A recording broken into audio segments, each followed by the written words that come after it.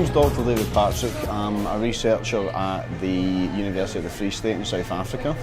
I work in the International Studies group. I first chose to do this round about the 10th of September last year, purely because my PhD, which concerned human rights and genocide abuses, ultimately concerned with ideas of framing and how the media present ideas to people. I wanted to try and apply that analysis to the referendum debate. So it's been a full year now of research.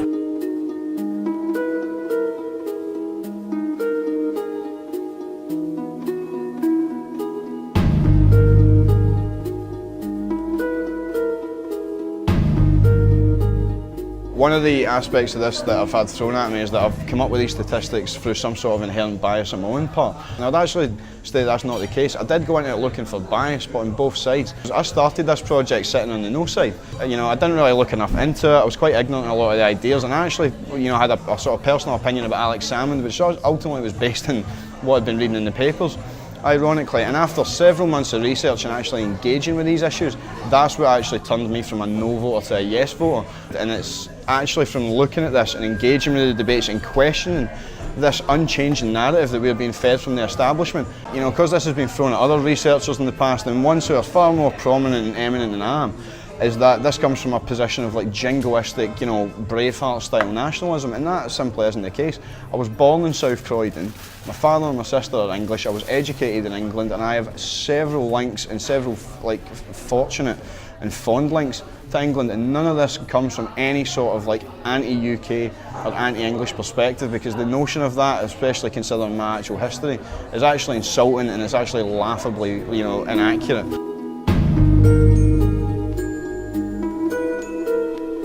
Basically, the methodology was, because the referendum question, should Scotland be an independent country, was a yes or no, it was a binary question.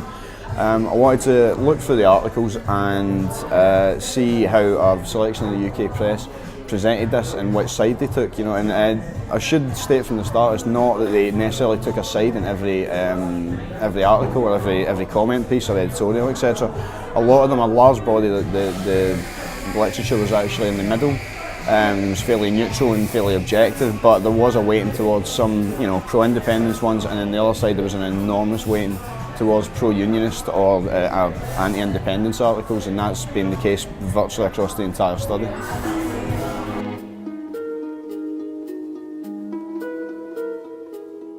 Ultimately, the sort of study that I'm doing at the moment, and the one that the actual research has come out and there's been statistics from so far, was based on three things that you might call indicators in the press, or variables or a section of the press that, depending on how they're presented, they're actually quite important. And the first one, which is probably quite obviously, is the front pages, because the front pages, that's their voice, that's how they project themselves, and also that's their sales technique, that's how they're trying to get you to go into your pocket and spend whatever it is to buy one of these. So whatever's on the front page, even if you don't buy it, is important because you've got this passive influence all the time. So I always looked at if there's an actual article on the front page to do with independence, and obviously this one is very much to do with independence debate. Is a bit ridiculous, to be honest, if you can actually read the title on there, Indie Threat to Scots Whisky. So there's the idea here that a Scottish export and a Scottish brand which has stood the test of time for hundreds of years would somehow crumble if Scotland was to become an independent country. But in that there you can clearly see there's a pro-union or anti-independence bias in that. But as much as this a front page in itself is interesting, it's more when you look at them as a body, and the way when if you go through a bus station, you go through a train station, you see other people with them in the street, you see the headlines on Twitter or online, etc. Is you're getting this passive influence all the time. And what one of the findings that came out in my research was, and this is based on a 6-month set, if you actually look at the headlines on the front pages, there's an enormous weighting towards independence being framed negatively, and one of the main ones is, whilst there's this body of literature in the middle, it's about 50% or upper 40% of neutral literature. There's only a tiny body which is positive, but more than around about 50% are negative. And if you want to try and put that another way, if you were walking down the street, you're just taking in this passive influence, and you glance up and see a headline on a paper and it's something to do with independence, it's basically a toss of a coin whether it's going to be negative or neutral. It's very rarely positive. So 50% of the time, this passive influence that you take in and don't really think about was actually telling you that independence is bad.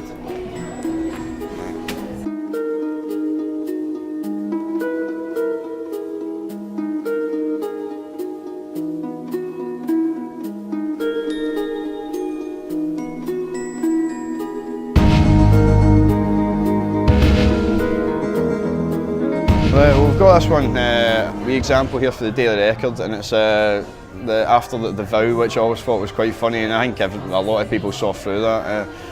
This document here is truly historic. It's quite ironic that. One of the reasons why you focus on editorials and why I brought it into my study is because editorials are a really, really important part of a newspaper, because they allow the newspaper to talk directly to their readership. Okay, they can basically throw objectivity out the window, and it's their individual voice, and that's how they can actually put forward their own position on campaigns, which you will see right now with the bombing in the Middle East, or they can give themselves persistent voice on an angle of a certain topic. If we look at the papers that you might be called the UK press as opposed to the Scottish press, so that would be the Daily Telegraph, the Times, the Daily Mail and the Daily Express, is between September 18th last year and March 30th this year, there wasn't a single editorial piece that framed independence positively. So that there was absolutely no balance to the debate. Again, that's not to say that there weren't pieces which were neutral in their framing, but the enormous weighting was towards negative. And if you look at the likes of the Express and the Daily Mail, and especially the Record as well, it amounts to little more than a campaign. It's almost Orwellian in its scope.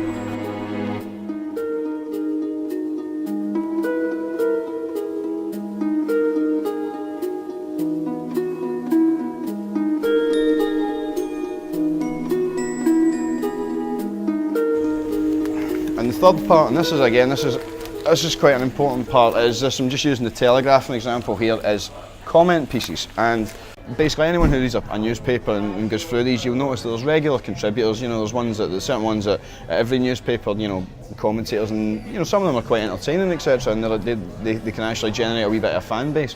They're very important though, and they're quite revelatory, because again, they're in no way objective, and that's actually the point. It's supposed to just be someone getting their point across. They're actually almost given license to distort facts if they want to, and basically, but because they're given this regular comment piece, it gives them this air of legitimacy, which is actually perhaps misplaced.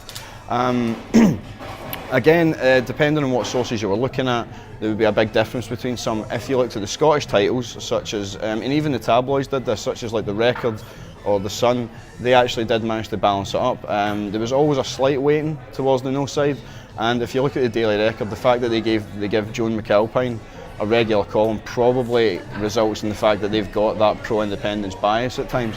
But it's a bit of a distortion, because it's based on one person who's an MSP. The other aspect that I think is probably notable is if you look at people like Kerry Gill from the Daily Express or Alan Cochrane from the Telegraph, it's almost a personal attack on Alex Salmond the entire time. A lot of these views are brought into this, a lot of debates regarding independence, it could be anything, it could be currency, it could be national identity, it could be defence, it could be government policy.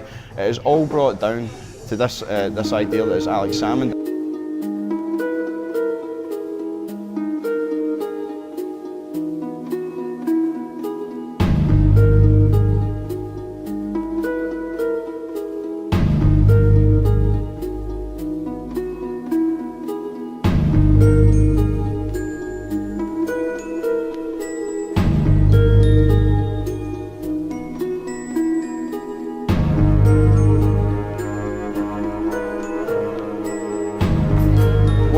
One of the things I mentioned a few weeks ago when I was speaking at an event in Dundee was that the Sun was a sort of X factor in all this, and because it's such an influential paper, it's got the biggest readership in the country, and that's on a UK and Scottish basis. It's got a lot of influence, and obviously it's one of the flagship papers in the Murdoch Empire. I'm not saying this from a sort of disappointed perspective, but it's almost like they actually dodged the debate. They actually tried to pull themselves out of it, whereas in loads of political debates and loads of campaigns in the last 20-25 years, they have actually pushed themselves in centres that have focused themselves right in the middle of it. Right? I mean, you've got the headlines, like the Sun won it, the last person to leave the UK, please turn the lights out. They've been put down to actually swinging elections. So I thought, what are they going to do here? And the answer is actually they've done pretty much very little compared to a lot of the other ones. Okay, listen, it's essentially, I would probably say this is sort of neutral, because they haven't really taken an editorial line. You can see a few things when you read the article, but realistically that's fairly neutral. It's, make a choice. And again, you've got this one here. This is from the 16th. So this is 2 days. This is only 2 days before the vote. And there, the story on page 1 the biggest selling paper in the country is the fact that there's a cloud that looks a wee bit like Scotland's missing, right? And but that isn't necessarily positive by any means. It's just the fact that they're just trying, to start the debate and not really take an editorial line. This is the one that I think is most interesting, right? And I don't know if many folk would have picked up on this.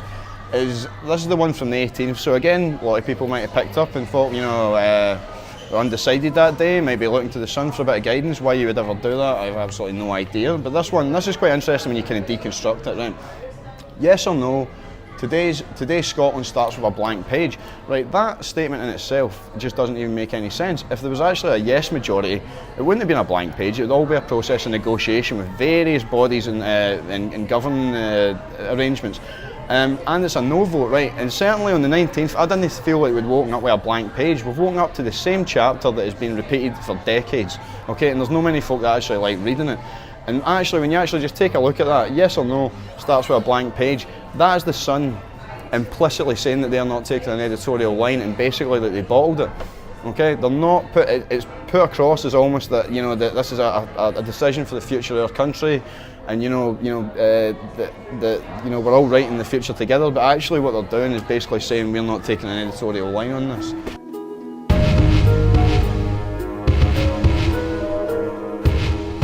Another aspect, and I'm obviously by no means the first person to comment on this. I mean, I've literally heard this sentiment on my Twitter, dozens, if not, more than 100 times today. Is this Project Fear aspect, or this constant aspect where it was scare stories, mostly economic scare stories, and ultimately it can be argued that it didn't have an impact in the campaign. I know a lot of these are from the Mail and the Express, and they're quite sort of extreme examples, but it's basically for purposes of illustration. There you go, and I mean, there's no other way to sort of interpret this. There's no, there's no hidden language here. Independence will cost you £1,400, right? All based on conjecture, normally based on the projections of the OBR or the IFS.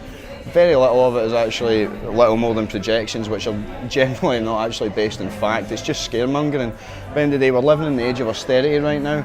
I know people, everyone knows people who are having to tighten their belts and are struggling at the moment. £1,400 is a lot of money to them. Would you risk it? And that's what they're asking. But again, it was just a lie. And this one is from 15th of May. You got there, Scots terror fear over UK split. We've got this sort of soft underbelly idea that Scotland would somehow be a sort of backdoor in for terrorists. Again, this is even more so. This is even more important than the sort of economic fear aspect, because this is saying that you're literally in danger. They're saying that you could actually be targeted by this if Scotland becomes independent. But when you look at the events of the sort of last week, and we're bombing the Middle East, I would imagine that actually makes us a bigger target for terrorism rather than the fact that Scotland would be independent. But could be wrong there, perhaps. That's another one. This is a sort of linguistic technique that didn't necessarily creep into the Scottish media as much. It was still there, but in the English media, this happened in the Telegraph and the Times and stuff as well. Is this word here, Nats? Nats, right, okay. And as much as it is just an abbreviation of nationalists, there is no equivalent abbreviation for the No campaign or Better Together. You don't have, people like unionists being shortened to Yuns or whatever, right? It's only Nats. And again, apart from the sort of phonetic and linguistic similarity to comparing gnats are essentially insects, it's obviously got those phonetic connotations with nationalism, the Nazis, etc. And you'll see it when you actually look for it. You see it in everything, cyber Nats, horrific Nats, crazy Nats. Crazed Nats is actually a really kind of common one, which is, considering 45% of the electorate voted nationalist, it's actually a bit of an insult to, the sort of thinking people of Scotland. One aspect of the campaign that came out of my research, and it was actually, the findings were more unexpected than even I thought might actually transpire, was, as a lot of you might have noticed, when you submitted your ballot on the 18th, it wasn't Alex Salmond's name that was on the ballot paper, but if you were actually follow the line of the UK media, you could be tricked into thinking that was the case. Is across the spectrum, and this is not just in the UK papers, it is worse in the UK papers, but this affects the Herald, it affects the Scotsman, it affects the entirety of the UK media, as they try to personalise this debate, not as a collective constitutional decision, and the biggest one that had happened for 3 centuries. It was presented as one man's idea, and we were being conned into following it, like rats following the Pied Piper. It was almost like this sort of like Jim Jones type personification of Alex Salmond, that he was this cult leader, and we were all just going along with it, and getting delivered to the poison dying brew or whatever. But one of the main things that came out of my research was the fact that if you looked at articles that were to do with the referendum, so it was explicitly to do with the referendum, and they contain someone's name in the title, and that could be anyone's name. It could be Brown, Blair, even when he came in, Cameron, Osborne, etc. It could even be ones like Bowie and Putin, who were just brought in. When you quantify that, of all the names that are used in headlines to do with the referendum, 57% of them are Alex Salmond. More than half of them are Alex Salmond. They've tried to narrow this debate down to one man, and it's a complete obfuscation and a complete deliberate distortion of the facts. But a lot of people have fell for it. Like, I've actually had people come up to me and say, "Oh, well, I don't want to vote for Alex Salmond," but that wasn't what was on the ballot paper. And another thing that people have said to me is like, well, the newspapers do personify or do personalise debates to an individual, such as Osborne and the economy, Cameron and conservatism. But in this particular instance, in terms of the Scottish independence referendum, this was done to Alex Salmond to a degree which surpassed any other individual massively. Right? The closest you get was David Cameron, and that's about 10% of them, which is ironic considering he didn't even engage Salmond in a debate, even though there was constant claims for it or constant calls for it. But what's more interesting is the fact that the respective leaders of both campaigns, Better Together and Yes Scotland, were Alistair Darling and Nicola Sturgeon. And again, if you count up the mentions of Alex Salmond's name, he was in 57% of them. Okay, almost 6 in 10. If you put Alistair Darling and Nicola Sturgeon together, it's barely 4%. Okay, so if we look at that, that to me illustrates how the media deliberately, perhaps knowing that he didn't enjoy the same personal popularity that some other or he didn't enjoy the same popularity that a more abstract notion of independence might hold, tried to make the debate all about him. And when you actually get into the text, it's even worse. It's words like Salmond's acolytes, Salmond's disciples, Salmond's followers, and it's this idea that 45% of this country were just conned into following the wishes of one man.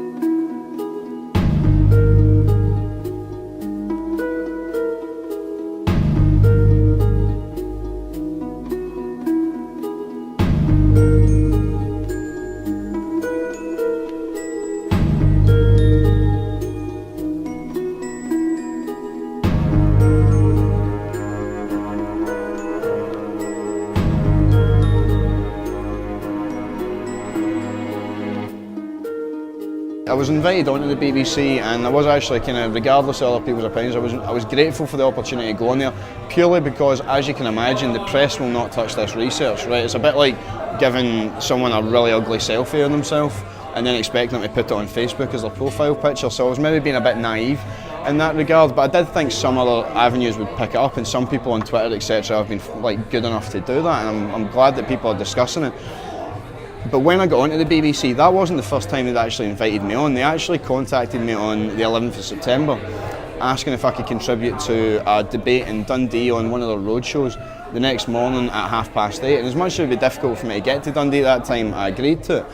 But they clearly hadn't actually read any of the stuff I'd written on this or what my actual findings were. And when when a producer contacted me later on and actually explained my findings, not only did they actually argue with me, despite the fact that they hadn't done any of the research themselves, they said that they would get back to me later that evening, and surprise, surprise, they got through to me through my mother actually that there was no longer a slot on the show, right, after they'd found out my findings. And then I get no contact whatsoever until after the referendum. So as much as, from my own personal standpoint, I can say, right, well, I was lucky that the BBC gave me that brief forum at 7:30 in the morning to discuss my research. But at the same time, as if they thought it was important and it was noteworthy, why didn't they bring it in before the 18th? But I think we all know that.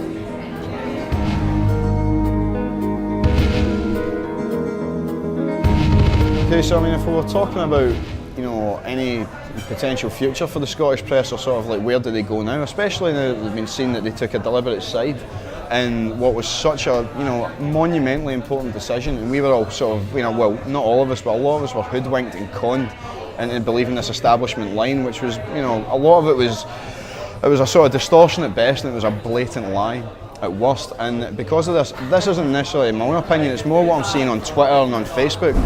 Newspapers were already in decline. Their revenues and sales are going down by about 10% a year anyway, before this happened. But now online you're seeing actual boycotting campaigns regards some of these, mirroring what some people are saying we should be doing regards the BBC and the licence fee. And this isn't a minority fringe group. This is spreading across society, and I'm seeing it being retweeted left, right and centre. By no means do I think the newspaper industry is dead. I mean, the Sun occupies such an important role in sort of British popular culture, and such an important role in the market. That's not going anywhere. The people that read the Daily Mail and the Daily Express knew what those views are and actually want to have those views reinforced, so that's not going to change anything. The more sort of interesting one might be the Daily Record, because their staunchly and almost blindly pro-Labour stance has actually let them down, and it's shown that the whole thing on their front page, Scotland's champion, is almost laughably bad. The fact that they actually put that up there. I mean, at least the Express will say better together, and they go along with it and they mean it.